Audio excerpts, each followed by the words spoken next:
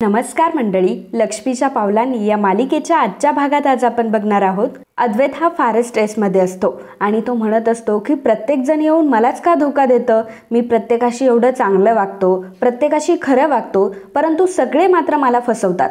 आधी त्या नयनाने मला फसवलं, नंतर त्या अकाउंटंटने मला फसवलं आणि आता खरेने सुद्धा मला फसवलं. सगळे लोक मला फसवत असतात, परंतु मी कोणासोबतच वाईट करत नाही. मी तर कधीच कोणाशी खोटं बोलत नाही, कोणाचा विश्वासघात करत नाही. मग लोक माझा विश्वासघात का करतात?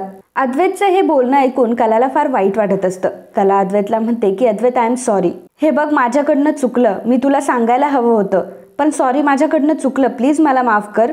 अद्वैत मात्र काहीही बोलत नसतो. कला पुन्हा पुन्हा अद्वैतला तेच म्हणत असते, चांदेकर प्लीज, मी तुला 100 वेळा सॉरी म्हणते, परंतु प्लीज तू असा नको वागूस. अद्वैत काहीही बोलत नसतो. त्यामुळे कला पुन्हा तिच्या गादीवर येऊन बसलेली असते. अद्वैतकडे ती बघत असते. अद्वैत तिला फार स्ट्रेसमध्ये दिसत असतो आणि त्या गोष्टीचं तिला फार वाईट वाटत असतं.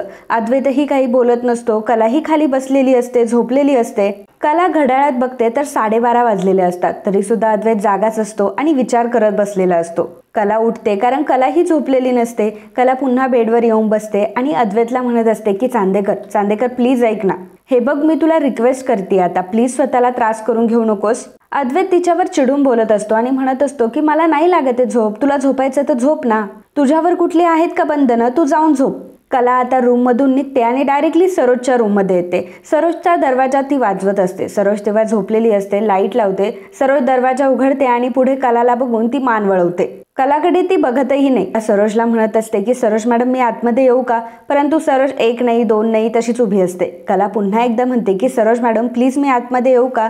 तेव्हा सरोज तिला म्हणते की तू कधीपासून परमिशन घ्यायला लागलीस? कला म्हणते की मॅडम, मला थोडंसं बोलायचं होतं. तेव्हा सरोज म्हणते की वाटलंच होतं, मला वाटलंच होतं की सगळं करून सवरून तू माझी माफी मागायला येणार, पण एवढी गोष्ट लक्षात ठेव की मी तुला कधीही माफ करणार नाहीये आणि ऑफिसपर्यंत पाऊलही टाकून देणार नाही. मगाशी तर सगळ्यांना टेचच सांगितलंस ना की मी माझे डिझाईन्स काढणार म्हणून, आणि मग आबांनी तुला काय सांगितलं असेल हेही तुला कळलं असेल की याबद्दलचे सगळे निर्णय मी आणि माझा मुलगा घेतो. त्यामुळे उगाचच आता आबांची ढाल करण्याचा प्रयत्न करू नकोस. कला ही सरोजला म्हणत असते की सरोज मॅडम, मला माहिती आहे माझ्याकडनं चूक झाली आहे, मी तुमच्या सगळ्यांसोबत खोटं बोलली आहे, परंतु मी तुमच्याकडे इथे विनवण्या करण्यासाठी नाही आले. मला तुमच्या ऑफिसमध्ये काम करू द्या, मला डिझायनर होऊ द्या, असं मी तुम्हाला काहीही म्हणणार नाहीये. मला फक्त तुम्हाला एवढंच सांगायचं आहे की वरती खोलीमध्ये अद्वैत फार अस्वस्थ झालाय. मी त्याला समजावून सांगण्याचा प्रयत्न केला, परंतु तो माझंही ऐकत नाहीये आणि जर तो असाच बसून राहिला तर उद्या त्याला फार त्रास होईल या सगळ्या गोष्टीचा. सरोज म्हणते की वाटलंच होतं, मला वाटलंच होतं की माझ्या मुलाला फार मानसिक त्रास होणार आहे आणि तेही तुझ्यामुळे. हे सर्व जे काही झालंय ना ते फक्त तुझ्यामुळे झालंय. तू जेव्हापासून या घरामध्ये आली ना तेव्हापासून या घराची सगळीच घडी विस्कटली आहे, परंतु सगळ्यात जास्त त्रास हा फक्त अद्वैतला होतोय. माझा मुलगा कधीच मानसिक तणावाखाली नव्हता, परंतु फक्त केवळ तुझ्यामुळे माझ्या मुलाचं मानसिक स्वास्थ्य बिघडलंय. कला म्हणते की हे बघा सरोज मॅडम, मला माहिती आहे की तुमच्या मनामध्ये माझ्याबद्दल खूप राग आहे, पण प्लीज तुम्ही आता चला ना. सरोज म्हणत असते की काय समजतेस ग तू स्वतःला, सगळ्या घरच्या जबाबदाऱ्या तू घेतेस का? तुला सांगून ठेवते की उगाच माझ्या मुलाच्या भावनांशी खेळायला जाऊ नको नाहीतर गाठ माझ्याशी आहे, लक्षात ठेव. आणि अशी उगाचच माझ्याकडे बघत बसू नकोस. सगळं करायचं आणि नंतर कळवळा आल्यासारखं दाखवायचं, आणि तुझी ही सगळी नाटकं मला कळतात, त्यामुळे प्लीज तू बाजूला हो आता. कला तिथून बाजूला होते. सरोज लगेचच अद्वैतच्या रूममध्ये येते. अद्वैत शेजारी ती येऊन बसते. अद्वैतला म्हणते की अद्वैत आईला बघतो आणि म्हणतो की आई, अगं एवढ्या रात्रीची तू का आलीयस इथे? सरोज म्हणते की अद्वैत, ते महत्वाचं नाहीये. हे बघ, आता मी तुला जे काही सांगते ना ते मनपूर्वक ऐक. त्या मुलीमुळे स्वतःकडे दुर्लक्ष करू नकोस. आणि आपल्याला एक गोष्ट माहितीये ना, जेव्हापासून ती मुलगी या घरामध्ये आली आहे तेव्हापासून काही ना काहीतरी घडतच आहे. तिने फसवणूक केली, तिच्या घरच्यांनी फसवणूक केली आणि भविष्यात सुद्धा ते आपली फसवणूक करू शकतात. आपणच आता खंबीर राहिलं पाहिजे आणि जोपर्यंत ही मुलगी या घरामध्ये आहे तोपर्यंत आपले डोळे आणि कान सतत उघडे राहिले पाहिजे. आणि आता शांतपणे झोप, कारण बाकीचे सर्वजण शांतपणे झोपलेले असतील आणि तू एकटा स्ट्रेसमध्ये असेल. कसलाही विचार करू नको आणि शांतपणे झोपून घे बरं आता. तर अद्वैत म्हणतो की ठीक आहे आई. सरोज अद्वैतला गुड नाईट म्हणतो. अद्वैत देखील गुड नाईट म्हणतो. सरोज आता तिथून निघून जाते. जाता मात्र दारात उभ्या असलेल्या कलाला खूपच घाण लूक देत असते आणि रागाने तिच्याकडे बघत असते. सरोज तिथून निघून गेल्यानंतर कला देखील आतमध्ये येते आणि झोपून घेते. अद्वैतही आता झोपलेला असतो. दुसऱ्या दिवशी सकाळी आता अद्वैत ऑफिसला निघालेला असतो आणि त्याच वेळी तो कामाच्या एका व्यक्तीशी बोलत असतो. ऑफिसमध्ये कोणाला तरी कॉल करून त्याने सांगितलेलं असतं की जितक्या लवकर पाहिजे तितक्या लवकर एक वॅकन्सी निघालीच पाहिजे. आपल्याला लवकरात लवकर एक आर्ट डिझाईन हवा आहे किंवा हवी आहे. एवढं लक्षात ठेवा की क्वालिटीच्या बाबतीत कुठलंही कॉम्प्रोमाइज होता कामा नये. आणि एवढंच नाही तर एक नाही तर 2 नोटीस काढा, कारण सानिकाचं सुद्धा डिमोशन करायचंय. हे ऐकून कलाला मात्र धक्का बसतो. कलाला फार वाईट वाटतं की आपल्यामुळे बिचारी सानिका यामध्ये पिसली गेली. चूक मात्र आपण केली. आपण चांदेकरांसोबत खोटं बोललो, परंतु त्याची शिक्षा त्या सानिकाला का? अद्वैतने आता फोन ठेवलेला असतो. कला अद्वैत सोबत बोलायला येते. अद्वैतला ती विचारत असते की अद्वैत प्लीज माझं ऐक ना, तू सानिकाचं डिमोशन का करतोयस? प्लीज चांदेकर असं नको करूस रे. खरंच ती खूप मेहनती मुलगी आहे. चांदेकरांसाठी उत्तम डिझाईन्स मिळाव्यात म्हणून धडपडणारी मी पहिली मुलगी तिथे बघितली आहे. आणि ती माझ्याकडे नव्हते आले रे, मी तिच्याकडे गेले होते. हे बघ, तुला चांगल्या डिझाईन्स देणं हे तिचं काम होतं. जेव्हा माझे डिझाईन्स अप्रूव्ह झाले तेव्हाच तिने मला काम दिलंय. चांदेकर अरे, तिने तिचं काम अगदी व्यवस्थित केलंय आणि तू जर तिचं असं डिमोशन केलं तर तिला किती मोठा धक्का बसेल. अद्वैत तिला म्हणतो की शट अप, तू मला कुठलेही सजेशन द्यायचे नाहीत.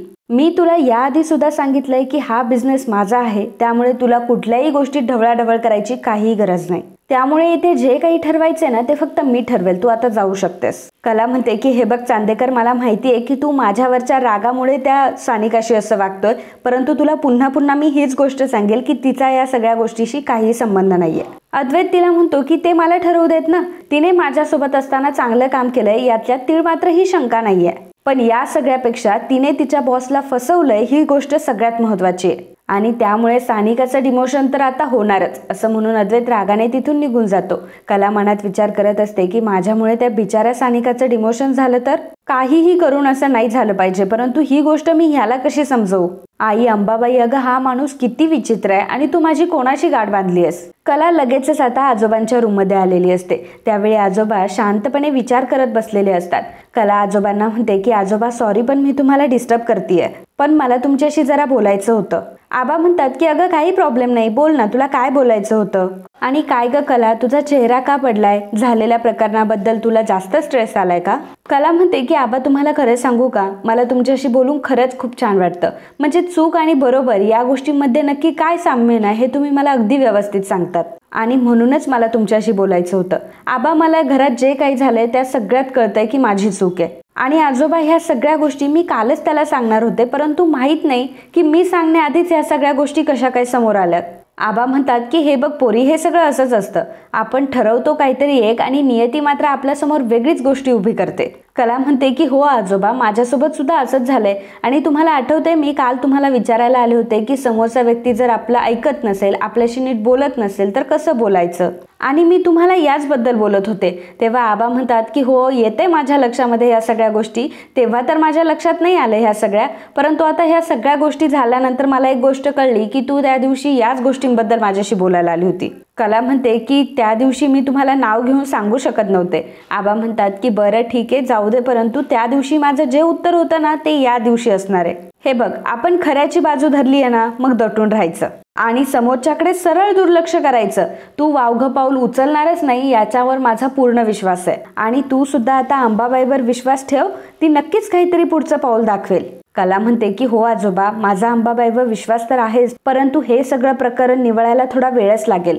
तोपर्यंत मी घरच्यांशी कसं वागू? म्हणजे त्याच्याशी बोलताना तर मला इतकं दडपण येतंय ना आता, आणि तो माझ्याशी इतका विचित्र वागतोय की आता त्याच्याशी कसं बोलावं मला हेही कळत नाहीये. आबा कलाला म्हणतात की अगं कला, थोडासा वेळ जाऊ दे, सगळ्या गोष्टी व्यवस्थित होतील.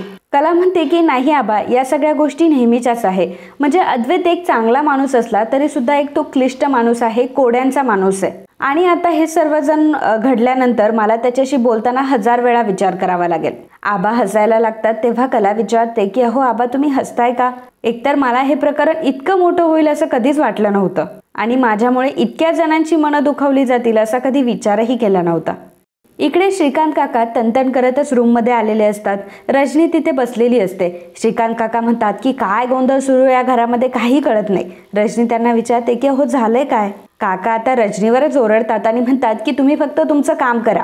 रजनी म्हणते की नाही अहो, म्हणजे तुम्ही एवढं रागारागात चालत आलात, तनतन करत आलात म्हणून विचारलं, काय झालंय नक्की? काका पुन्हा एकदा रजनीवर चिडतात आणि म्हणतात की एकदा सांगून कळत नाही का तुला, पुन्हा पुन्हा तेच सांगू का, एकदा सांगितलं ना तुला काही झालं नाहीये तर का विचारतीयस. रजनी विचार करत असते की हे माझ्याशी नेहमी असंच का वागता, धड नीट सांगतही नाही काय झालंय ते. आता जर त्यांनी मला सांगितलं नाही तर मला कसं समजणार आहे. रजनीच्या हातून चुकून एक कुर्ता खाली पडतो तेव्हा श्रीकाका आणखी तिच्यावर ओरडतात आणि म्हणतात की काय ग तुला कळत नाहीये का, तो कुर्ता खाली पडलाय त्याला माती लागेल.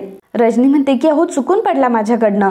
तेव्हा काका म्हणत असतात की तुला एक काम धड जमत नाही. तुला तर फक्त एवढंच जमेल की कपडे धुवायचे, ते मातीत टाकायचे, मातीतून काढायचे आणि पुन्हा धुवायचे. एवढं सोडून तुला कधीही काही जमणार नाही. एवढ्या वेळा ते कपडे धुशील की त्यामुळे सगळे कपडे विटून जातात आणि ते कपडे आम्हाला घालायला लावशील. तुम्हा बायकांना ना खरं तर सवयच असते की नसत्या गोष्टींमध्ये नाक खुपसायची. आता तुझी ती लाडकी कला, तिला काय गरज होती नसत्या गोष्टींमध्ये नाक खुपसायची. रजनी म्हणते की अहो पण अद्वैत तिच्याशी जे काही वागला ते जरासं चुकीचंच होतं नाही का. अहो कलाच्या हातात खरंच काहीतरी जादू आहे. तुम्हाला आठवतंय ना कला आपल्या घरी पहिल्यांदा जेव्हा आली होती तेव्हा तिने किती सुरेख अशी मूर्ती घडवली होती. मग कलाने काढलेले चित्र असो किंवा तिने बनवलेला स्वयंपाक सगळं काही उत्तमच असतं. आणि एवढंच काय तर तिने काढलेल्या सगळ्या दागिन्यांची चित्र त्या स्वामीनाथन सरांना आवड म्हणून तर आपलं बँगलोरचं काम हे पटकन सुरू झालं. फक्त कला ती काम करतीये म्हणून तिला विरोध करायचा ही गोष्ट मला कुठेतरी चुकीची वाटते. तेव्हा आता काका चिडतात आणि रजनीला म्हणत असतात की रजनी तुला बिझनेस मधलं काही कळतं का तुला काही, आणि नसेल कळत ना मग गप्प बस. इकडे आबा हे कलाला समजावून सांगत असतात की अगं नवरा बायकोमध्ये हे भांडण द्वेष ह्या सगळ्या गोष्टी होणारच अगं, पण अगं हे सगळं त्या दोघांनीच सांभाळायचं असतं आणि त्या दोघांमध्ये जर तिसरा कोणी आला तर मग संबंध बिघडतात. कला म्हणते की म्हणजे आजोबा. तेव्हा आबा म्हणतात की बरोबर ओळखलं, या सगळ्या गोष्टीमध्ये तुझे आजोबा तुला काही मदत करू शकत नाही. कला म्हणते की आजोबा मग मी या सगळ्यातून बाहेर कशी पडू. तेव्हा आबा म्हणतात की बघ बाई हे सगळं तूच ठरव आता. हे बघ ह्या सगळ्या बायकांना अशाच असतात, लगेच गोष्टी मनावर घेतात आणि अस्वस्थ होतात. पण तितक्याच त्या पक्क्या सुद्धा असतात कारण आपल्या नवऱ्याची नस त्यांना माहीत असते. आता तुला तुझ्या नवऱ्याची नस ओळखायची आहे, त्यामुळे तुझ्या संसाराचा गाडा तुला कसा ओढायचा हे तुला चांगलंच ठाऊक आहे. आबांचं बोलणं कलाला समजलेलं असतं. कला आता तिथून निघून जाते तर आबा हे देवी आईकडे प्रार्थना करत असतात आणि म्हणत असतात की मी या पोरीला वाट दाखवायचा तर प्रयत्न केलाय परंतु प्रकाशाच्या दिशेनेच तिला वाट दाखव. इकडे काका अजूनही रजनीवर ओरडत असतात. रजनीला ते म्हणत असतात की आपल्याला कुठल्याच गोष्टीतलं काहीच कळत नाही तरी सुद्धा हात वर करायचा आणि म्हणायचं माझा एक नंबर. आणि तू तर काही बोलूच नकोस ग रजनी, तुझी अक्कल एकदम शून्य. आधीच ती 2-4 कामं करत असतेस ना ते नीट करत जा आणि मग त्यानंतर बोलायचं असेल ना तर बोल. तर आता रजनीच्या डोळ्यात पाणी येतं कारण काका एवढ्या विचित्र पद्धतीने तिच्याशी बोलत असतात. तेव्हा रजनीच्या डोळ्यातलं पाणी बघून काका तिच्यावरच ओरडत असतात आणि म्हणत असतात की आता लगेच रडायला लागू नकोस आणि पहिल्यांदा ना ते डोळ्यातलं पाणी बंद कर हा, आणि अशी असली नाटकं मला अजिबात चालणार नाही. मी तुझ्यासोबत हात जोडतो पण प्लीज तू रडायची थांब. आणि काय ग तुला मी किती वेळा सांगितलं की त्या कलाला पाठीशी घालत जाऊ नको म्हणून. सरोज वहिनीला जर ती मुलगी आवडत नाही तर विषय संपला ना. आणि मला विचारत होतीस ना काय झालंय म्हणून. मग ऐक, माझा जयपूरचा एक क्लायंट आहे, त्याला काही डिझाईन्स आणि प्लॅन पाठवायचे होते. ते हे डिझाईन्स नवीन मुलगी करणार होती. म्हणजे तुमची ती ग्रेट कला. आता मला सांगा की कशा पाठवणार आहे मी त्या डिझाईन्स. तू देणार आहेस का मला त्या डिझाईन्स करून. आपल्याला ज्या गोष्टीमधलं कळतं ना त्याच गोष्टीबद्दल बोलायचं आणि ज्या गोष्टीमध्ये आपल्याला नाही कळत ना तिथे उगाचच नाक खुपसायला जायचं नाही. कळलं का तुला. तेव्हा रजनी मान डोलावते परंतु रजनी फार रडत असते. रजनीला फार वाईट वाटलेलं असतं. काका एवढं घाण पद्धतीने तिच्याशी बोलत असतात. म्हणजे काका सरोज वहिनीची बाजू घेत असतात. सरोज वहिनीला काय वाटतं काय नाही याचा ते विचार करतात, परंतु आपल्या बायकोला मात्र काय वाटतं याचा काकांनी कधी विचारच केलेला नाही. आपल्या बायकोमध्ये नक्की काय काय क्वालिटी आहे हे ओळखण्यामध्ये सुद्धा काका कमी पडले. इकडे अद्वैत फोनवर बोलत असतो. त्याच वेळी कला तिथे आलेली असते. अद्वैत फोनवर बोलत असतो की तुम्हाला किती वेळा सांगू की आपल्याकडे खूप कमी वेळ आहे. मिस्टर स्वामीनाथन यांना लवकरात लवकर डिझाईन्स पाठवायच्या आहेत. मला तुम्ही आता काहीही सांगू नका. उत्तमातली उत्तम डिझायनर शोधून काढा. पेमेंटची अजिबात काळजी करू नका. फक्त आपल्याला क्वालिटीशी घेणं आहे. कला आता अद्वैतकडे येते. अद्वैतला ती कॉफी देते. अद्वैत कॉफी पितो. कला म्हणते की अद्वैत भेटली का डिझायनर. तेव्हा अद्वैत तिच्यावर चिडतो आणि म्हणतो की गप्प बस, तू मध्ये मध्ये नाक नको घालूस. कला म्हणते की अद्वैत चांदेकर मी नाक नाही खुपसते, मला फक्त काळजी वाटते या सगळ्याची. अद्वैत म्हणतो की मग तुला डिझाईन्स काढताना काळजी नव्हती वाटली, खोटं बोलताना काळजी नव्हती वाटली, आणि खरेच तुला जर एवढी काळजी वाटत असेल ना तर प्लीज तुझं तोंड बंद ठेव. तर कला अद्वैतला म्हणते की आता प्रॉब्लेम माझ्यामुळे झालाय त्यामुळे मला तर काळजी वाटणारच ना. अद्वैत म्हणतो की झालं का तुझं, मग निघ आता. तर कला म्हणते की अरे माझ्याशी बोल, मला काहीतरी बोलायचंय तुझ्याशी, माझं ऐकून तरी घे. तेव्हा अद्वैत म्हणतो की मला तुझं काही ऐकायचं नाहीये, तुझं ऐकून, आणि या सगळ्याशी ना तुझा काही संबंध नाहीये. त्याच वेळी अद्वैतला आता स्वामीनाथन सरांचा फोन आलेला असतो. सरांचा फोन बघून अद्वैत घाबरतो आणि फोन उचलतो. स्वामीनाथन सर म्हणतात की उद्या मी तुझ्या घराच्याच जवळ येतोय, मग ऑफिसमध्ये आल्यापेक्षा मी तुझ्या घरीच आलो तर बरं राहील. अद्वैत घाबरतो आणि म्हणतो की सर माझ्या घरी. तेव्हा स्वामीनाथन सर म्हणतात की हो, काही प्रॉब्लेम आहे का. स्वामीनाथन सर म्हणतात की हो, म्हणजे तिथल्या तिथे आपण ड्रॉइंग चेक करूयात आणि मग माझा वेळही वाचेल आणि तिथल्या तिथे जे काही आहे ते ठरवून टाकू. तेव्हा अद्वैत म्हणतो की ठीक आहे, काही हरकत नाही सर. आता स्वामीनाथन सरांनी फोन ठेवलेला असतो, परंतु अद्वैतला मात्र फार टेन्शन आलेलं असतं. अद्वैत आता रागानेच फोन फेकून देतो. तेव्हा कला म्हणते की अद्वैत अरे काय झालंय, प्लीज माझं ऐकून तरी घे एकदा. अद्वैत तिला म्हणत असतं की तुला सांगितलं ना एकदा की तू माझ्या मध्ये करू नकोस आणि तू प्लीज इथून जा. कला म्हणते की अद्वैत चांदेकर अरे मला ऐकून तरी घे ना माझं काय बोलते मी. हे बघ, त्या दिवशी तुला जो काही मानसिक त्रास झालाय ना, त्या कसल्याच गोष्टीचा तू आता विचार करू नकोस. तू फक्त ना आता ह्या डीलचा विचार कर, कारण मलाही माहितीये की हे डील आपल्यासाठी किती इम्पॉर्टंट आहे. पहिल्यापासून मी या सगळ्या गोष्टीमध्ये आहे आणि मी पण बघते या सगळ्या गोष्टी. आता हे डील जर आपल्या हातून गेलं तर सगळ्या कोल्हापूरमध्ये आपली नाचक्की होईल. आपण अगदी तोंडावर पडू आणि या सगळ्या गोष्टीचे आपल्याला भविष्यात सुद्धा परिणाम भोगावे लागतील. अद्वैत म्हणतो की ते तू सांगायची गरज नाहीये मला. माझी कंपनी कितीही क्रायसिसमध्ये असली ना तरी सुद्धा मी तिला बाहेर काढू शकतो. कला म्हणते की हो, मला माहिती आहे की तू काढू शकतो आणि तू डिझायनर बघतोयस ना, तर ती डिझायनर भेटेपर्यंत मला असं वाटतं की तू मला डिझाईन्स बनवू दे, करू दे ना मला काम. मी तुझ्याकडे रिक्वेस्ट करते. हे बघ, या कामाबद्दलचं, ह्या डिझाईन बद्दलचं सगळं ब्रीफ आहे माझ्याकडे, आणि मला सांग की नवीन एखादी डिझाईन आली तरी एवढ्या कमी वेळात ती एवढ्या सगळ्या गोष्टी समजून कसं काय कामाला सुरुवात करणार आहे. अद्वैत म्हणतो की काय समजतेस ग तुम्हाला, तुला काय वाटलं की एवढं सगळं झाल्यानंतर मी तुझ्यासारख्या खोटाड्या मुलीवर विश्वास ठेवेल. कला म्हणते की पण अद्वैत अरे मी माफी मागितली आहे ना. अद्वैत हे बघ, स्वामीनाथन सरांना ह्या डिझाईन्स आवडतात, मग आपण का असं करायचं. हे बघ, वाटलेस तर तू माझ्या या डिझाईन्सला काहीही नाव नको देऊ, मी गपचूप इथे डिझाईन्स करून देते, त्या फक्त तू स्वामीनाथन सरांना दे. हे बघ, आणि नवीन जर डिझायनर भेटली की मग तू पुन्हा तुझं काम सुरू कर. डिझायनर भेटली की तू तुझं काम सुरू करू शकतो, परंतु तो पिरियड आहे, तो पिरियड आपल्यासाठी खूप महत्वाचा आहे. निदान चांदेकर, ह्या पिरियडमध्ये तरी मला काम करू दे आणि तुझी मदत करू देत. मी मदत केल्यामुळे प्रोजेक्टचा आणि कंपनीचा किती फायदा होणार आहे हे मी तुला वेगळं सांगायला नाही पाहिजे. अद्वैत कलाला म्हणतो की खरे, पहिली गोष्ट म्हणजे जगातलं सगळं काही तुलाच कळतं असं अजिबात समजू नको, आणि दुसरी गोष्ट म्हणजे गेली अनेक वर्ष मी या कंपनीच्या ह्या डिपार्टमेंटचा हेड आहे. आजपर्यंत अशी वेळ आली नाहीये, पण जर अशी वेळ आली तर मी स्वतः डिझाईन करू शकतो. आणि तिसरी महत्वाची गोष्ट म्हणजे मला तुझ्यासोबत काम करण्यात काडीचाही इंटरेस्ट नाहीये.